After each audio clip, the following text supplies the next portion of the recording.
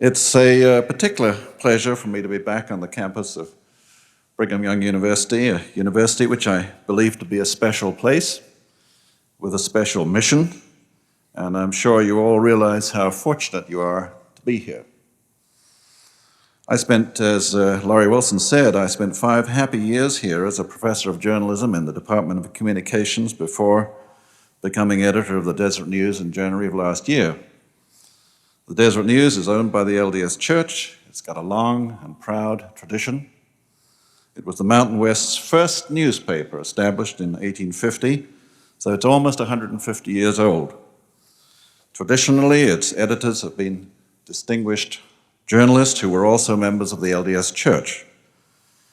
When President Hinckley discussed with me, a non-Mormon, the Deseret News assignment, he told me, "You've lived among us, you understand us, we trust you." That was a statement that I found very moving, and it's a trust that I take very seriously.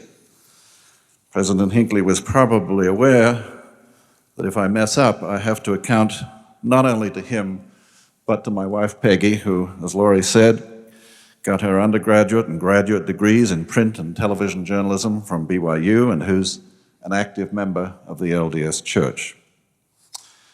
Now, some universities have trimmed back their communications departments, arguing that in times of budgetary austerity, they are peripheral.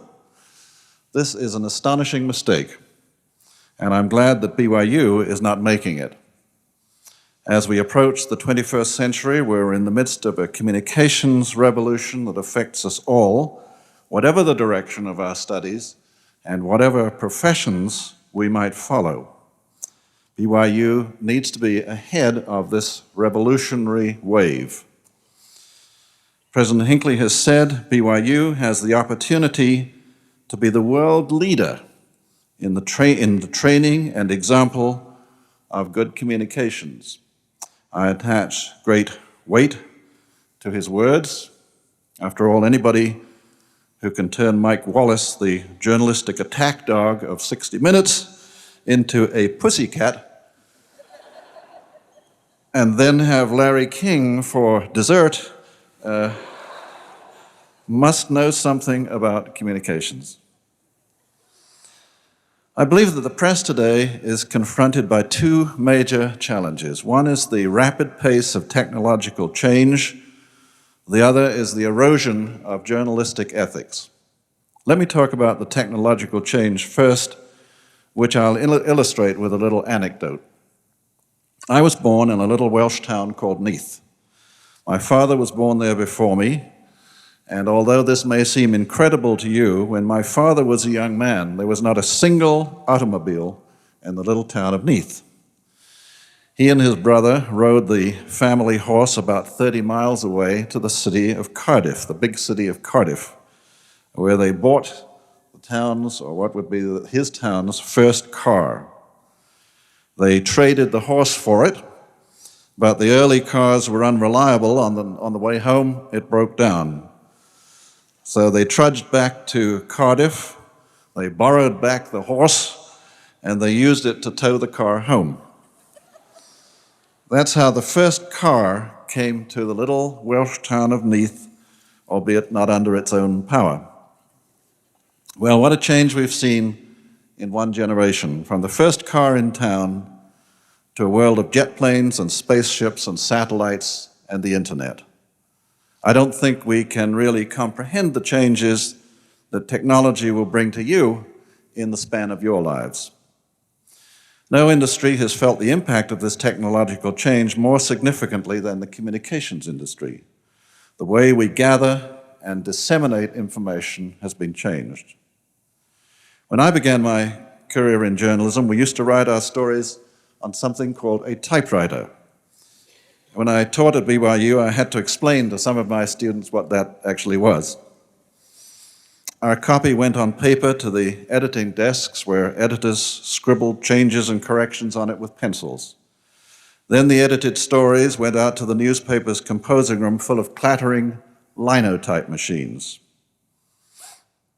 Here, operators re-keyboarded the text, punching letters into molten lead slugs line by line that eventually made up a column of type.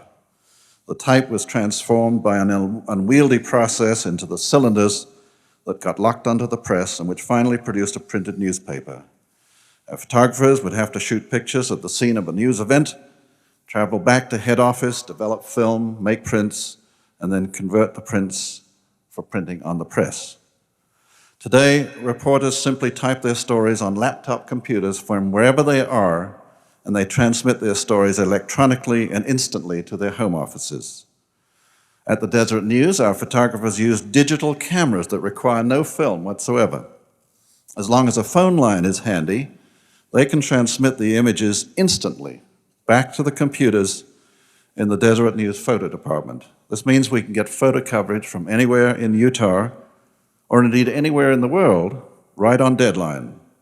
It's how we transmitted photos from our news team at the Winter Olympic Games in Nagano, the digital images traversing the world, cutting across time zones in seconds. Today, there are no clattering linotype machines, although we do keep a silent old one in a little museum at the Deseret News so people can see how it looked. Today, stories and photos move from computer to computer, undergoing the editing process, getting headlines written, and flowing into page makeup ready for printing. Type sizes can be expanded or contracted, column widths changed, cuts and trims made, late inserts flowed in with the touch of a computer button. If a newspaper has remote printing plants, the pages of the newspaper are no longer transmitted by a courier on a motorcycle, but by satellite up to the stratosphere and back in seconds. In television news too, the new technology is made for instant coverage of major events around the world and even in space. The world is wired for sound and pretty much for pictures. When big news breaks, we expect to see it live on TV, and most of the time we do. CNN has transformed our lives. It has done so in a remarkably short space of time. About a dozen years ago, I'd made a temporary detour from journalism and was serving as State Department spokesman. One of my duties was to decide which news organizations got the limited number of seats aboard the Secretary of State's plane when we traveled abroad. Though I used to put NBC and CBS and ABC on the plane, I at that time, and this was just about 9-10 years ago, dismissed CNN as a fledgling news organization with a limited audience that would probably never amount to much. As a matter of fact, CNN was so upset with me that on one occasion they went to court to get an injunction to stop the plane leaving. They lost that fight then, but look what influence CNN has achieved today. Presidents watch it to find out what's going on in Iraq. Governments sometimes act. Generals move their troops. Corporate chieftains sometimes make major business decisions on the basis of what they see on CNN. Because news is now transmitted instantly, the consequences of getting it wrong are more serious. The responsibility for getting it right is much greater. Of the war in Vietnam, it used to be said that it was the first conflict that brought the horrors of war into American living rooms, and that was true. But there was a time lapse. Combat footage shot in Da Nang or Hue had to be ferried back by plane and helicopter to Saigon. From there, it was shipped by air to Bangkok or Hong Kong. Satellite time was still, in those days, inordinately expensive. So unless the film was extremely dramatic, it was shipped by air to New York for developing and viewing. And so several days elapsed, during which there was time for reflection and editing before the footage actually appeared on television screens.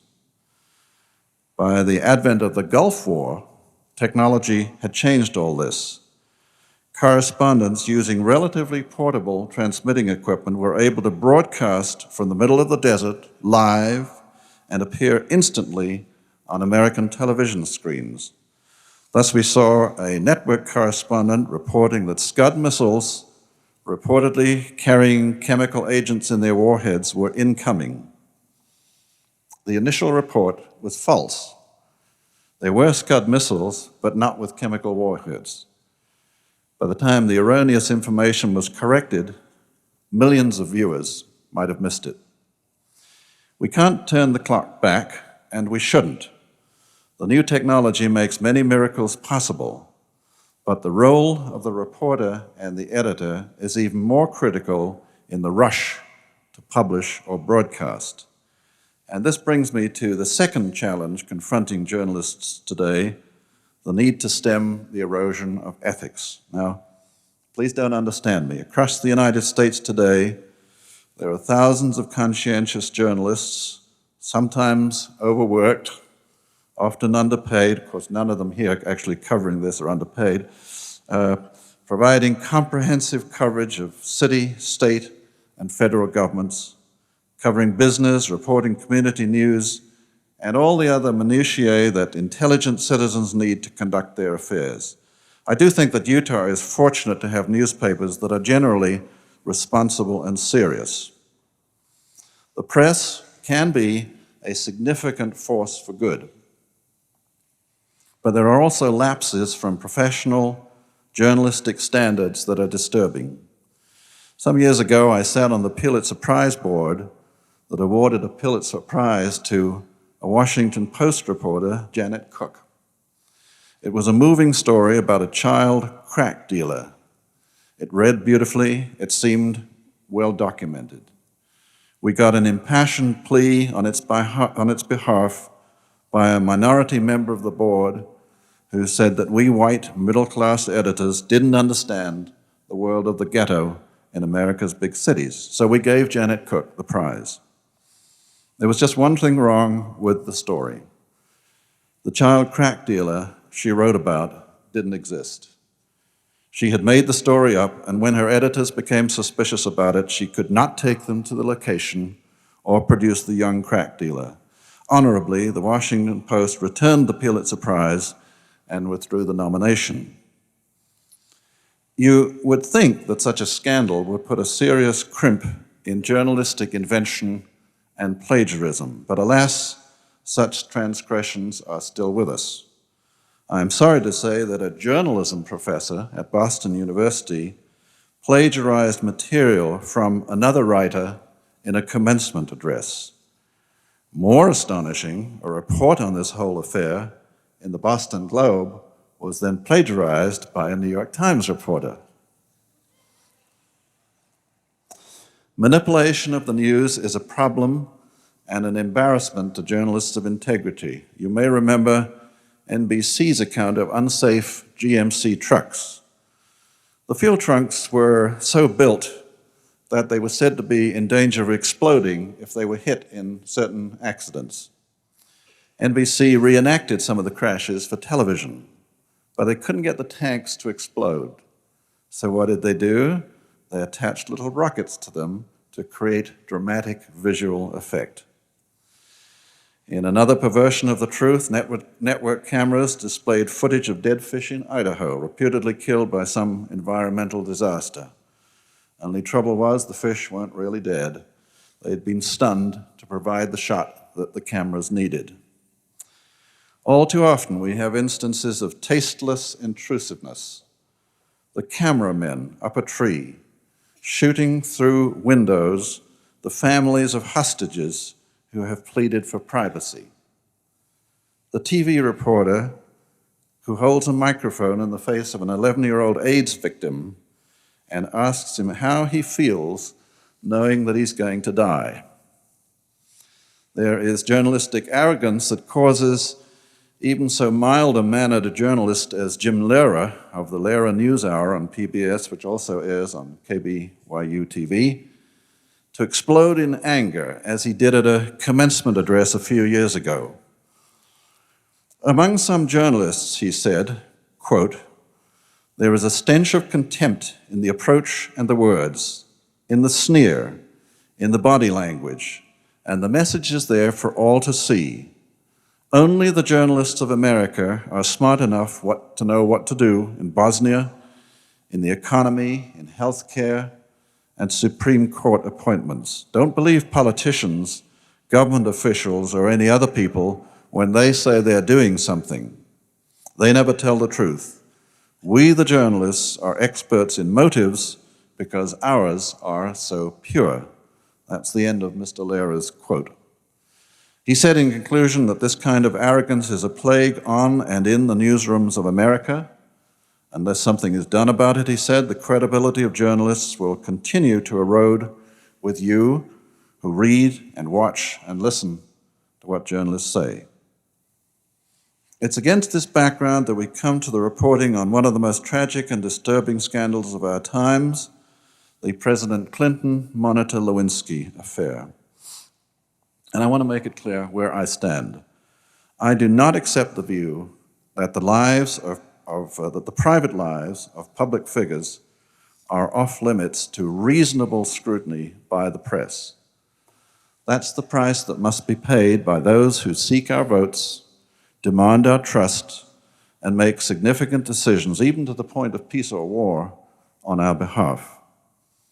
I do believe that this scrutiny by the press must be reasonable and purposeful, not merely prurient. Parenthetically, let me say that the Deseret News has been challenged as rarely before in deciding how to report for its readers this sordid saga. The stories produce sexual detail and language that ordinarily would have no place in a family newspaper. For many months, we have had to decide on a daily basis how much to publish, how to edit it, and what kind of prominence to give it in the newspaper. But significant issues are at stake. A presidency is in peril. And so we've tried to give our readers the facts they need to come to conclusions without assaulting them with offensive graphic detail. Within this framework, I don't question the press's responsibility to chronicle the Clinton-Lewinsky story. I do, however, think that journalists ought to be asking some questions of themselves about the care they have taken in pursuit of the truth. Especially in the early days of the coverage, some very prestigious news organizations made mistakes and were obliged to make retractions. There was questionable use of unattributed quotes. There was overuse of anonymous sources. We didn't know enough about the location and the credibility of some of those anonymous sources. Who were they? Where were they working? Why were they telling us these things? In due course, there came a wave of journalistic self-examination. Journalists realized the enormity of their responsibility in working a story that could cause the downfall of a president of the United States. So steadier hands took over on the editing desks, especially in TV news. I think that the internet contributed to the early problems. Anybody can get on it, pretend to be a journalist, and publish a scurrilous rumor. I like very much the New Yorker cartoon, which shows a dog sitting at a computer keyboard. Sitting beside him on the floor is another dog. The dog, tapping away at the computer, looks down at his friend and says, "Once you're on the internet, they don't know you're a dog." It's a funny story, but it makes a serious point. The internet is often an anonymous medium. We need to test the credibility of those who tell us things on it and test the veracity and the tastefulness of what they say. I just want to reiterate what I said earlier in these remarks. Across the country, thousands of journalists are working honorably at their profession, striving to be fair, striving to be responsible, striving to bring rounded perspective to the news, often under deadline stress. But the errors of others are used by critics to impugn them all. Even in these recent weeks, as the press has been wrestling with the White House story, there's been a string of other journalistic embarrassments. CNN and Time magazine, two great journalistic organizations, carried a story that American forces on a secret mission in Laos in 1970 used lethal nerve gas to kill American defectors. The story proved untrue. After a public outcry and an internal investigation, the news organizations disavowed the story and apologized abjectly. The New Republic magazine was obliged to fire one of its editors for inventing characters, organizations, and dialogue in a string of stories he'd written. The Boston Globe had to force the resignation of one of its columnists for fabricating characters and quotes, and then shortly after that, get rid of another one for the same reason.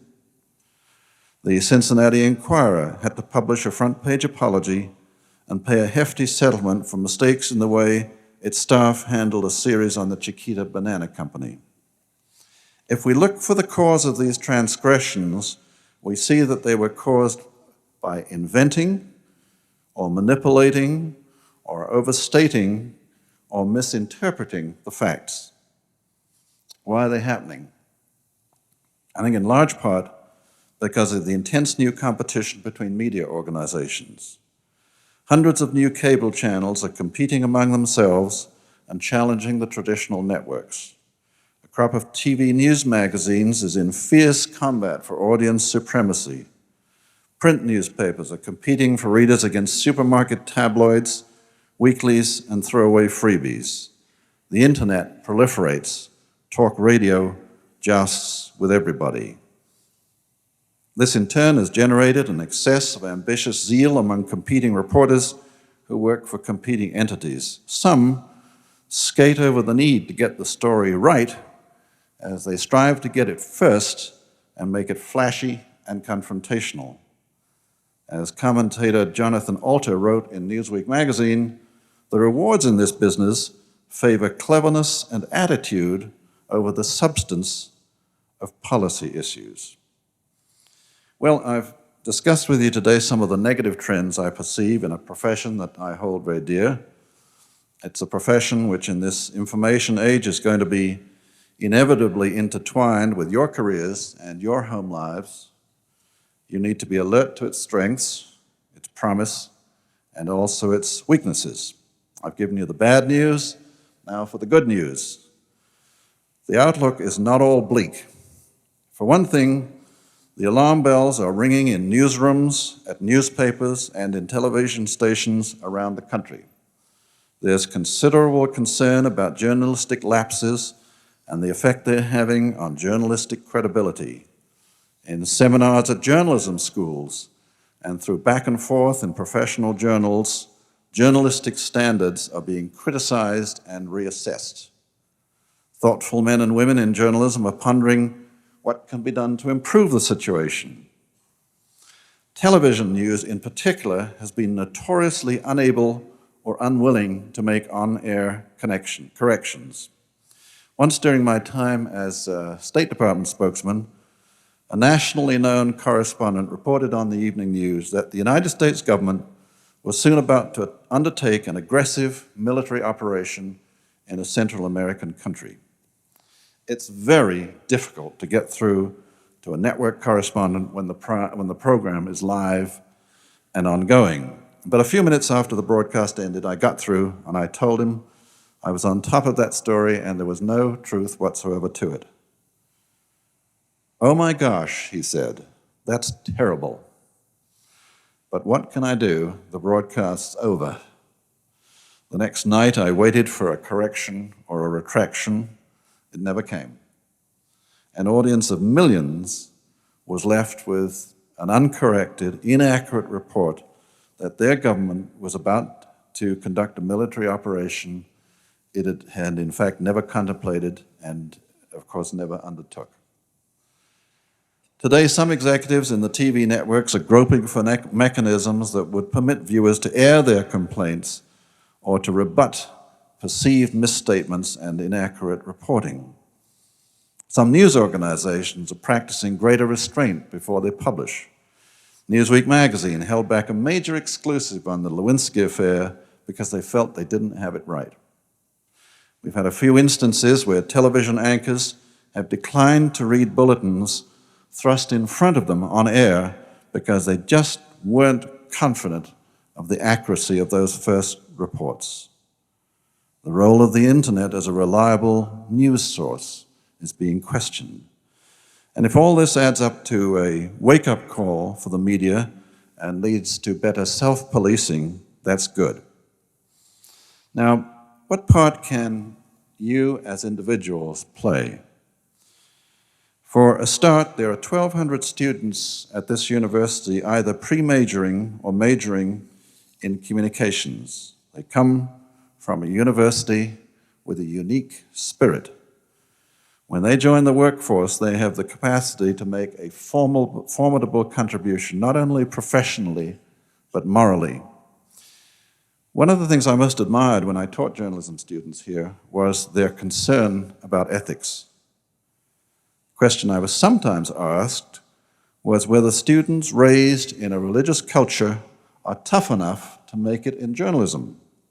And that question bemused me, because if journalism needs some reforming, who better to play a role in this reforming process than journalists steeped in a culture where ethics and morality are accorded high priority? Asserting your principles and maintaining your standards doesn't mean being obnoxious. In journalism or in any other profession, you don't have to be abrasive to be a good journalist. When you leave this university, you may be confronted by colleagues whose concept of ethics may not parallel your own. That will be a test of your toughness of character and your beliefs. Ultimately, you may have to decide whether to stay in that environment in hopes of improving it or resign. When I was a young journalist, I worked for a news agency in London that relied for its existence on selling breaking news stories to the major metropolitan dailies. The hours were long, the atmosphere was highly competitive. The news editor, though professionally able, expressed many of the worst qualities you could possibly find in a human being. He preyed on the women, he humiliated the men. The newsroom was a place of fear and misery. And so I asked myself, what in the world am I doing here? And as I pondered that question, I determined that I would stay and try to improve the atmosphere.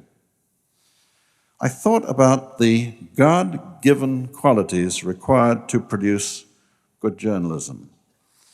Some of them are honesty, accuracy, persistence, innovation, energy, endurance, compassion, imagination. And I did my best to inject them into the operations of the news agency. Things got better. I respected the news editor's professional competence. He respected my principles. Well, I can't tell you that he became angelic. As a matter of fact, in the end, he got fired and I got his job. But the whole situation did turn around. Now, I used that description of these qualities as God-given advisedly. There's no reason why religious belief should not be as effective in the workplace as it is in the home. Just a few days ago, I read a dispatch from the Knight Ridder News Service which discussed an industry trend favoring the expression of spirituality at work. The owner of a chemical manufacturing company, for instance, told the news service that providing a spiritual foundation can help employees who are constantly faced with contradictions and dilemmas in the workplace. Dash of humility doesn't hurt either. I began my journalistic career in South Africa and continued it in Britain and came to the United States as a young man. I'd been in the business for 6 or 7 years and I thought I knew my way around. I'd been a reporter and a bureau chief in a state capital. I wanted to work for the Boston-based Christian Science Monitor, a respected newspaper owned by a church. The editor told me gently that the only job he had vacant was that of a copy boy. I gulped, but I took it. And I can tell you that my humility was severely tested when a secretary asked me to wash out a glue pot and refill it. But I swallowed my pride and determined to polish those glue pots as they'd never been polished before. At night and on weekends, I wrote news stories and features that got into the paper, and pretty soon I was a reporter again, no longer cleaning glue pots. And within a year, the paper sent me to Africa as a foreign correspondent. Many years later, when I became editor of that paper, another young journalist came to me and asked for a job. He had a wife, 2 children, and a master's degree in Chinese studies. In what seemed to me an eerily familiar replay of my own early experience, I told him all I had was a copy boy's job, that he couldn't live on the salary and he shouldn't take it. Well, he did. And while he was doing what might seem menial work, he wrote his way into the paper. We promoted him and made him editor of the News in Brief page, and he did that well. So we sent him to our one-person bureau in San Francisco, a most beautiful city that does not usually produce a lot of dramatic news.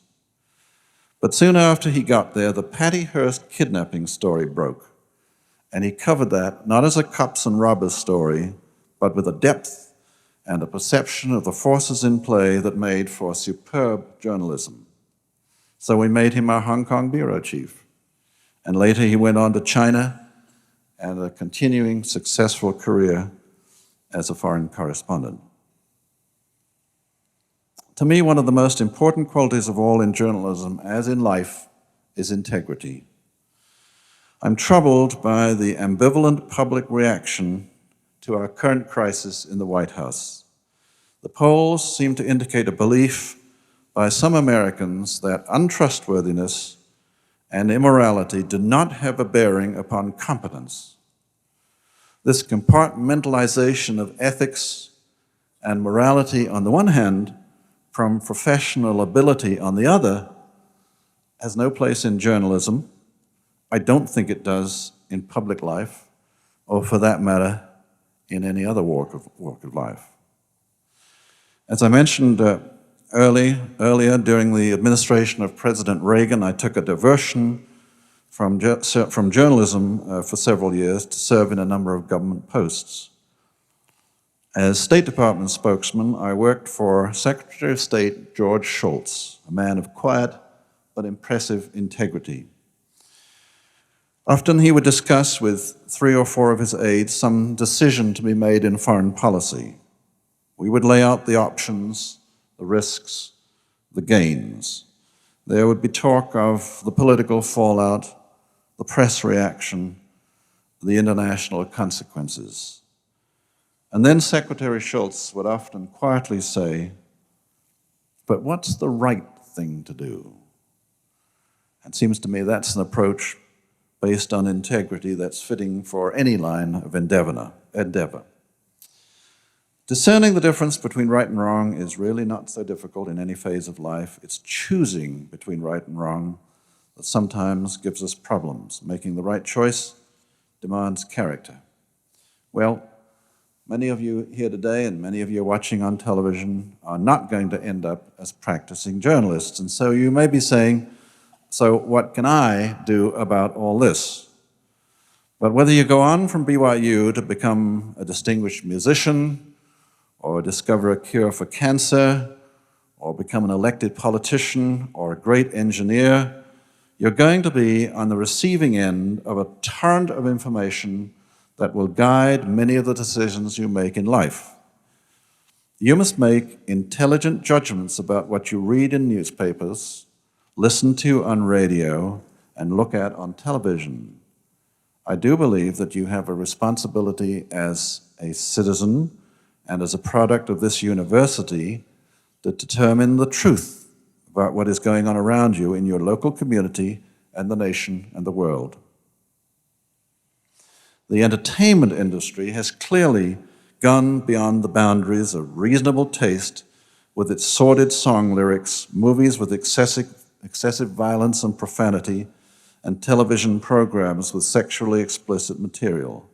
When Hollywood offers up junk on grounds that that's what the public wants, we have the opportunity to show them that's not true. And we've had some rather interesting examples of that in Utah just recently.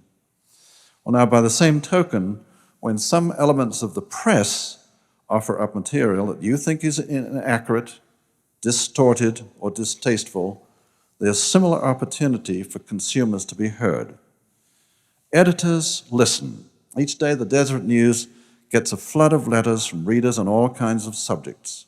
We're much heartened by this citizen involvement in the affairs of the city, state, and nation.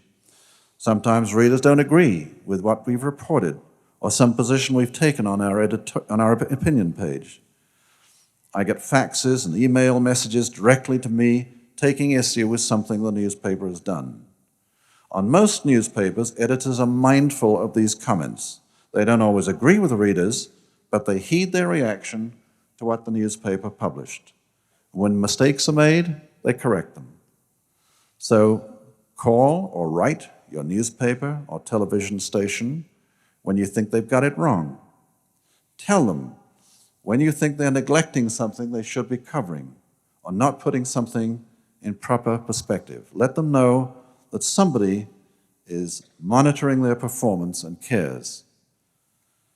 The final sanction that a reader can exert against a newspaper or a viewer can exert a TV program that he or she thinks is doing a bad job is to stop reading it or turn the dial.